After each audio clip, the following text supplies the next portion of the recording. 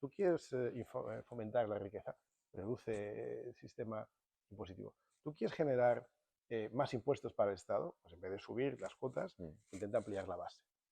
Porque no estoy diciendo nada súper imaginativo, ¿eh? No, no, Es no. que esto está demostrado. Entonces, todas las ideas que provienen de la izquierda, todas han generado pobreza. Todas. Y todas las ideas que provienen del liberalismo económico son las que han creado crecimiento. ¿Hay matices? Pues ahora matices, si quieres los buscamos, pero no hay muchos. O sea, en general, los países que más avanzan, los países que más progresan, los países donde de una generación a otra se nota más crecimiento, son aquellos países que se han basado en la libertad. Y, por cierto, Bueno, China ha crecido mucho y tampoco que sean muy liberales ¿cuándo ha crecido China? cuando se abrió el comercio, está claro. Pero Pues, también, entonces, es el ejemplo más claro. Pero bueno, es decir, ¿puede haber crecimiento, puede haber libertad económica sin libertad política? Claro que sí. ¿Tú sabes cuál es el Singapur. país? España. España, entre el plan de estabilización del 59 y la crisis de petróleo del 73, no se puede decir que fuera un modelo de libertades políticas, pero sí te digo que es el ejemplo del país occidental que más ha crecido en la historia de la humanidad. La España, del 59 a 73.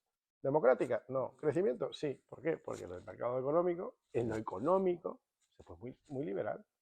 ¿Hubo planificación estatal? La hubo, pero se permitió que la gente creciera, emprendiera, se equivocara, se creó desde el Estado, eso sí, un plan de infraestructuras, porque para eso sí está el Estado, para que las infraestructuras sirvan para que los demás vayan generando empresas o iniciativas económicas que son las que hacen que se genere riqueza. Que está inventado, ¿eh? Sí, sí, está inventado. Está inventado. Lo que pasa es que yo entrando en el tema de los programas, Rubén Manso cuando vino a este canal, una de las cosas que yo le dije es, ¿volverías a la política? Se lo dije a Sánchez de Real y a él. Sánchez de Real dijo que no tiene ninguna ganas de volver, pero Rubén Manso dijo que depende con quién. Yo te hago la pregunta igual. ¿Volverías a la política? Pero con Rubén Manso sí, claro, con Rubén me Con volvería. Rubén sí volverías. Montar un Estoy partido, deja convicto. tiempo. Es Para que ya hemos montado uno. Un segundo no.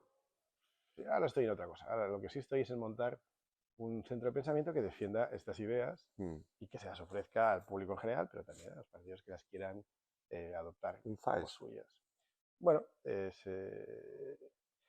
FAES tiene algunos condicionantes, como son los propios de quien ha sido parte de una estructura política. ¿No?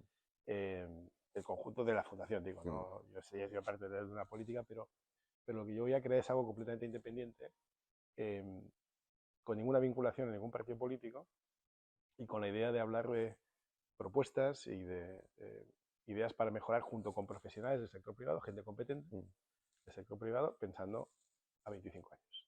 Pensando en todas las cosas que necesita España para que seamos el país de nuevo de más crecimiento, de más creación de riqueza, de más empleo, de una base impositiva más amplia que genere todos los impuestos que haga falta, pero por el lado de ampliar la base, no por el lado de subir los tipos marginales.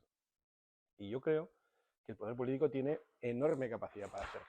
Porque, de nuevo, si entre los años 60 y luego en los 90 hemos visto que una gran parte del crecimiento económico vino por la provisión del Estado de las infraestructuras necesarias para que luego la economía creciera.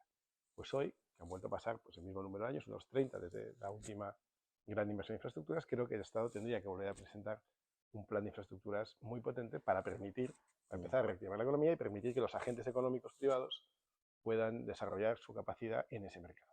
¿Y de qué tipo de infraestructuras? Pues un plan hidrológico nacional, un plan energético brutal, un plan que permita interconexiones ferroviarias, un plan de puertos para que no nos vuelva a pasar como en Algeciras, que nos han comido la tostada nuestros vecinos marroquíes, un plan de fibra para asegurarnos de que España se convierte en uno de los centros mundiales de gestión de datos, porque tenemos una serie de condiciones que nos hacen, por nuestra proximidad o por nuestra posición geográfica, que es la más occidental de Europa junto con Portugal, y por tanto la menos lejana del continente americano, el 80% de los datos entre Estados Unidos y Europa pasa por España. Pero es que además tenemos energía renovable, que es la que nos piden para la gestión de datos o para data centers, que es un mercado brutal, con un crecimiento exponencial por delante, pero que requiere también de otro tipo de energías viables, como son la energía atómica o nuclear, que por cierto ha sido calificada por la Unión Europea como una energía limpia. Por lo tanto, ya no tenemos excusa para no tener. Pero nos encontramos con que los políticos van por el camino contrario. Entonces, siguen cerrando nucleares, siguen diciendo que... Los Simpsons han hecho mucho daño, ¿eh? Que si la gente, Simpsons, lo pues poco que sabe de energía probablemente, nuclear sea pues de los Simpsons. probablemente no se me haya ocurrido, pero esa puede ser una explicación de por qué esta obcecación y este desconocimiento profundo, ¿no? Yo recuerdo haber estado en la central de Garoña, sería el año 2014 más o menos, ¿no? Amenazada entonces por el cierre, y no gobernaba el PSOE precisamente.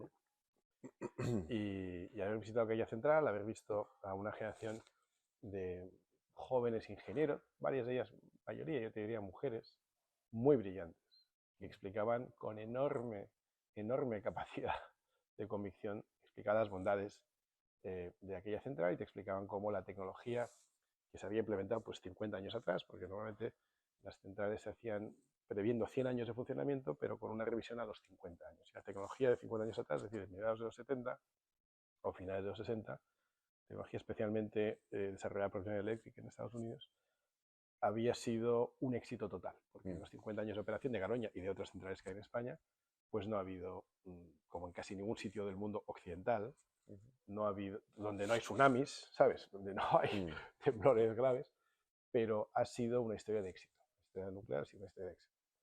Y como pasados los 50 años desde aquella primera inversión, se hacía una revisión, una auditoría del momento de mantenimiento en el que se encontraba aquella central y otras, y era óptimo. Y cómo, sin hacer nada, se podía seguir operando durante 50 años más, pero con unos ligeros retoques, se podía mejorar sustancialmente todos los niveles de seguridad, de garantía de continuidad de suministro, etcétera, etcétera. Bueno, pues llegó el PP y la cerró, ¿sabes? Y además lo celebraron. Y te dicen que no la cerraron y es mentira. No, nosotros no la cerramos, lo que hicimos fue no renovarla. Ya, joder, pero es que es lo mismo. Es lo mismo. ¿Sabes? Es que es lo mismo. Entonces, da igual que por activa que por pasiva.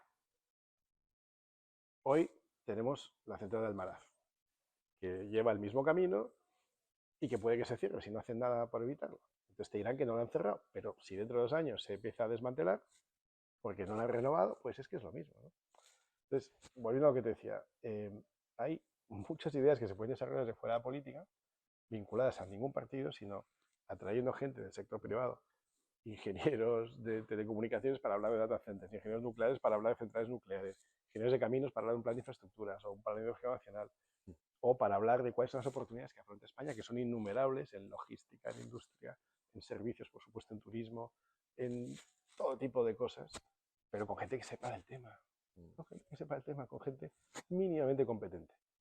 Y si esto se lo ofrecemos modestamente a la sociedad y los partidos lo quieren aprovechar, pues mejor para todos. Y si no, pues por lo menos habernos puesto nuestra granito de arena y lo habremos intentado. Porque partido político no te animas. No estoy en eso ahora. Bueno, ahora. Pues sí, dentro de 25 años, que la gente dice, nunca le... Era un amigo mío cuando éramos pequeños el que se estaba portando irregular y su padre le dice, vas a ser bueno, después de castigar y tal. Entonces dice, yo qué sé. Yo qué sé, no sé. No, ¿están mis planes? No. ¿Y qué va a pasar en el 2048? Yo qué sé. ¿Qué tendría que pasar para que te animases? No me lo imagino. No me lo imagino. Pero no te da el picorcito. O sea, no te da pues un devolver. Porque no. la política es muy enganchante. Es que de verdad que yo estaba muy contento, estaba muy feliz. Era muy consciente además, y me alegro mucho de ello, del privilegio que estaba experimentando en ese momento y me sentía pleno y encantado.